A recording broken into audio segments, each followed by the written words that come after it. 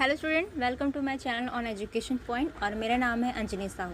आज मैं इस वीडियो में केमिस्ट्री क्लास 12 का चैप्टर 1 एक्सप्लेन करने वाली हूँ और इस चैप्टर का नाम है सॉलिड स्टेट या ठोस अवस्था। इस चैप्टर को मैं 2 पार्ट में रिप्रेजेंट करूँगी। तो मेरे इस फर्स्ट पार्ट में मैंने छोटे छोटे इम्पॉर्टेंट और ईजी टॉपिक्स को इन्वॉल्व किया है। बाकी के जो बच गए हैं टॉपिक उसको मैं सेकेंड पार्ट में एक्सप्लेन करूँगी।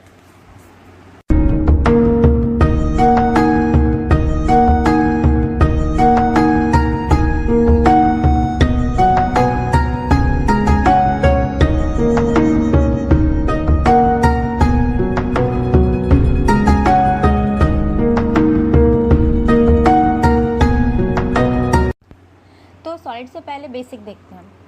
तो हमारा टॉपिक है मैटर। बचपन से हम पढ़ते आ रहे हैं मैटर ऐसे सब्सटेंस होते हैं जिनका खुद का अपना एक वॉल्यूम होता है और जिनको कहीं पे भी रखने पे स्पेस ऑक्यूपाई करते हैं या फिर जगह घेरते हैं। इसको मैं आपको इजीली तरीके से डेली लाइफ एग्जांपल दे के समझा सकती हूँ। मान लो मैंने एक ग्लास वाटर लिया। अभी वाटर का लेवल देखेंगे आप यहाँ पे है, बट अब मैं इसमें कुछ आइस डाल दूँ तो इसका जो वाटर लेवल है वो धीरे से बढ़ने लगता है। देखिए, आइस के डालते ही वाटर का लेवल बढ़ जाता है। इससे क्या प्रूफ होता है कि आइस जैसे ही वाटर के अंदर गया तो आइस अपने शेप और साइज के अकॉर्डिंग वहाँ के वाटर को हटा देता है और वो खुद उनका प्लेस ले लेता है। तो आइस यहाँ पे स्पेस ऑक्यूपाई कर रहा है, उनका जगह घेर रहा है। इसका मतलब यहाँ पे आइस मैटर हुआ। हर वो चीज़ जिसका खुद का वॉल्यूम हो या जगह घेरता हो वो आपका मैटर है। जितने भी मैटर्स होते हैं सारे के सारे मैटर्स का जो वॉल्यूम होता है वो फिक्स नहीं होता। तो उनके वॉल्यूम के बेस पे इनको 3 पार्ट में कैटेगराइज किया गया है। फर्स्ट है सॉलिड, सेकंड लिक्विड और थर्ड है गैस। अब उस टॉपिक्स पे आते हैं जिस टॉपिक पे ये पूरा का पूरा चैप्टर बेस्ड है और वो है सॉलिड। जो सॉलिड होते हैं उसके वॉल्यूम और जो शेप होंगे वो काफ़ी वेल डिफाइंड होते हैं। इसके जो पार्टिकल्स होते हैं वो एक प्रॉपर तरीके से अरेंज होते हैं। ये काफ़ी हार्ड होते हैं और इनके पार्टिकल्स के बीच में काफ़ी स्ट्रॉन्ग अट्रैक्शन फोर्स काम करता है। यही अट्रैक्शन फोर्स इन पार्टिकल्स को आपस में बांध के रखते हैं। इस अट्रैक्शन फोर्स को हम इंटरमॉलिक्यूलर फोर्स कहते हैं या फिर अंतराण्विक बल भी कहते हैं। इसके जो पार्टिकल्स होते हैं वो काफ़ी क्लोजली पैक्ड होते हैं, मतलब काफ़ी पास पास अटैच होते हैं। इस अटैचमेंट के कारण ही वो आपस में एक साथ वाइब्रेट तो हो सकते हैं बट इनके पार्टिकल्स अपने जगह से मूव नहीं कर पाते। तो नेक्स्ट टॉपिक है हमारा टाइप्स ऑफ सॉलिड। जैसे कि मैंने बताया है कि सॉलिड 2 टाइप के होते हैं। एक क्रिस्टलाइन सॉलिड होगा, दूसरा होगा एमॉर्फस सॉलिड, क्रिस्टली और गैर क्रिस्टली। तो मैं पहले सॉलिड के दोनों टाइप्स को 1 बाय 1 एक्सप्लेन करूँगी और दोनों को एक्सप्लेन करने के बाद ही दोनों टाइप्स के बीच में डिफरेंस बताऊँगी। क्रिस्टलाइन सॉलिड के कंस्टिट्यूएंट पार्टिकल्स सॉलिड की तरह ही प्रॉपर मैनर में अरेंज होते हैं और ये जो पार्टिकल्स होते हैं वो एटम्स, मॉलिक्यूल्स और आयंस तीनों में से कोई भी हो सकता है। इन तीनों को हम कंस्टिट्यूएंट पार्टिकल या अवयव कण की तरह ही कंसीडर करते हैं। इस टाइप के जितने भी सॉलिड्स होते हैं उनका जो मेल्टिंग पॉइंट होता है वो फिक्स होता है। उनकी गलनांक बिंदु फिक्स होती है, वह उतने ही टेम्परेचर पे ही मेल्ट होना स्टार्ट करते हैं। फॉर एग्ज़ाम्पल आयरन तो वैसे बहुत टाइप के होते हैं बट अगर इसका एक टाइप ले लिया जाए कास्ट आयरन तो उसका मेल्टिंग पॉइंट 1204 डिग्री सेल्सियस होता है। इस टाइप के जो सॉलिड होते हैं काफ़ी हार्ड होते हैं और इनको दबाया नहीं जा सकता। अगर इसको दबाने की कोशिश किया जाए या कंप्रेस करने की कोशिश किया जाए तो बड़ी मुश्किल से ही ये कंप्रेस हो पाते हैं। ये एनिसोट्रॉपिक नेचर के होते हैं, मतलब विषमदैशिक नेचर के होते हैं। इसका मतलब ये है कि हर एक डायरेक्शन में इनके पार्टिकल का जो अरेंजमेंट होता है वो एक जैसा नहीं होता। जैसे कि इस डायग्राम में ऊपर में सिर्फ एक एक पार्टिकल एग्जिस्ट कर रहे हैं, लेकिन अगर लेफ़्ट साइड देखा जाए तो 3-3 पार्टिकल्स आपस में अरेंज है, मतलब सारे डायरेक्शन में जो पार्टिकल का जो अरेंजमेंट होता है वो अलग अलग होता है। तो जिस भी सॉलिड में इस टाइप की अरेंजमेंट होती है उसको एनिसोट्रॉपिक नेचर का कहा जाता है।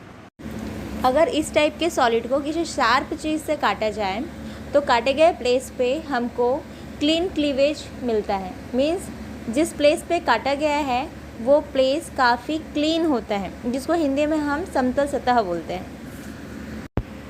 तो इसके एग्जांपल्स हैं आइस, डायमंड, क्वार्ट्ज और common salt that is NaCl, sodium chloride.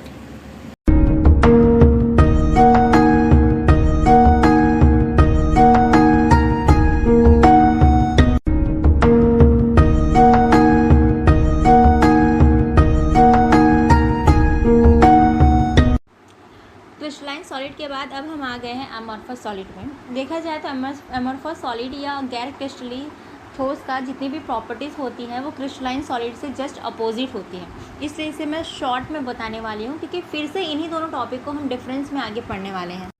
इसके जो कंस्टेंट पार्टिकल्स होते हैं वो इर्रेगुलर मैनर में अरेंज होते हैं, मतलब किसी भी तरीके से अरेंज हो जाते हैं, जिसके कारण इनका कोई प्रॉपर शेप नहीं होता। इसीलिए इसे शेपलेस या आकार विहीन ठोस भी कहा जाता है। इसे स्यूडो सॉलिड या आभासी ठोस के नाम से भी जानते हैं। इस टाइप के जो सॉलिड्स होते हैं उनके कंस्टेंट पार्टिकल के बीच में कोई स्ट्रॉन्ग अट्रैक्शन फोर्स वर्क नहीं करता है। इस अट्रैक्शन फोर्स के अब्सेंस के कारण ही इन्हें आसानी से दबाया या खींचा जा सकता है। इनका कोई फिक्स मेल्टिंग पॉइंट या गलनांक बिंदु नहीं होता है। ये आइसोट्रॉपिक नेचर के होते हैं, मतलब समदैशिक प्रकृति के होते हैं, क्योंकि इसमें किसी भी डायरेक्शन में कोई भी प्रॉपर अरेंजमेंट नहीं मिलता।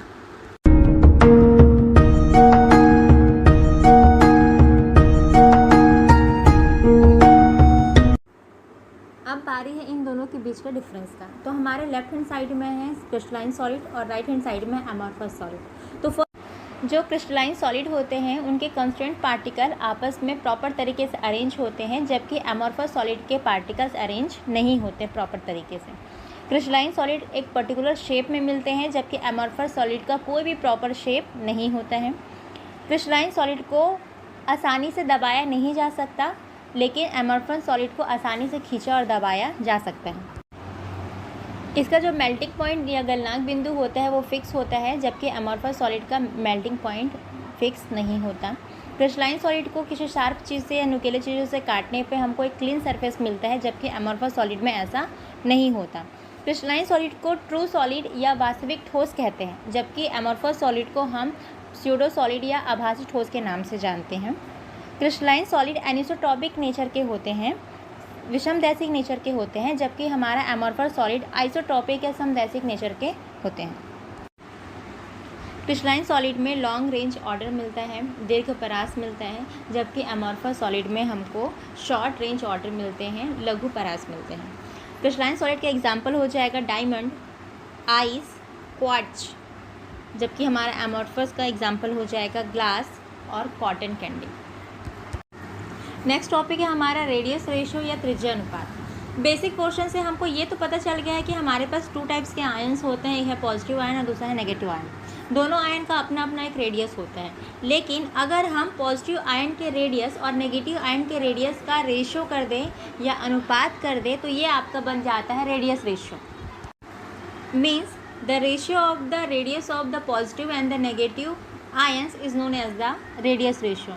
धन आयन और ऋण आयन के त्रिज्याओं का जो अनुपात होता है वो आपका त्रिज्या अनुपात होता है। तो नेक्स्ट टॉपिक है हमारा कोऑर्डिनेशन नंबर या समन्वय संख्या। जैसा कि आप डायग्राम में देख रहे हैं, एक ब्लू पार्टिकल्स है जो ग्रीन पार्टिकल से घिरा हुआ है।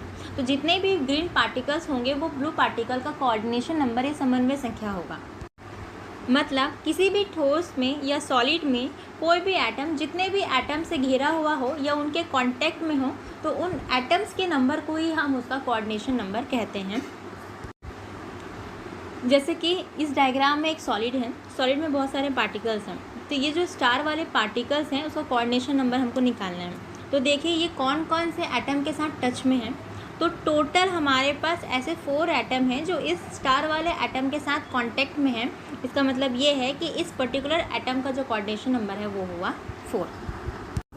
नेक्स्ट टॉपिक है आपका क्रिस्टल, लैटेक्स या फिर जालक। सीधे सीधे अगर बोले हैं तो पार्टिकल से बना हुआ जो 3 डायमेंशनल स्ट्रक्चर होता है उसको हम लैटिक्स बोलते हैं। मीन्स अगर कंस्टेंट पार्टिकल्स आपस में कनेक्ट हो जाए और कनेक्ट होने के बाद 3 डायमेंशनल में कोई स्ट्रक्चर बनाते हैं तो उस स्ट्रक्चर को ही हम लैटिक्स या जालक कहते हैं। नेक्स्ट एंड लास्ट टॉपिक है इस वीडियो का, वो है यूनिट सेल, इकाई सेल। ये बड़ा ही सिंपल है। कोई भी क्रिस्टल या कोई भी स्ट्रक्चर जिस छोटे छोटे पार्टिकल से मिलकर बना हुआ होता है उस पार्टिकल को ही हम यूनिट सेल या इकाई सेल कहते हैं। फॉर एग्जांपल है सॉल्ट, जिसे हम सोडियम क्लोराइड के नाम से भी जानते हैं। सोडियम क्लोराइड का अगर स्ट्रक्चर देखा जाए तो पूरा स्ट्रक्चर सिर्फ 2 टाइप के आयन से मिलकर बना होता है और वो है सोडियम आयन और chlorine ion. Sodium ion chlorine ion से ही मिलके ही सोडियम क्लोराइड बनता है, बोल के सोडियम आयन और क्लोरीन आयन को ही हम यूनिट सेल या इकाई सेल मानते हैं।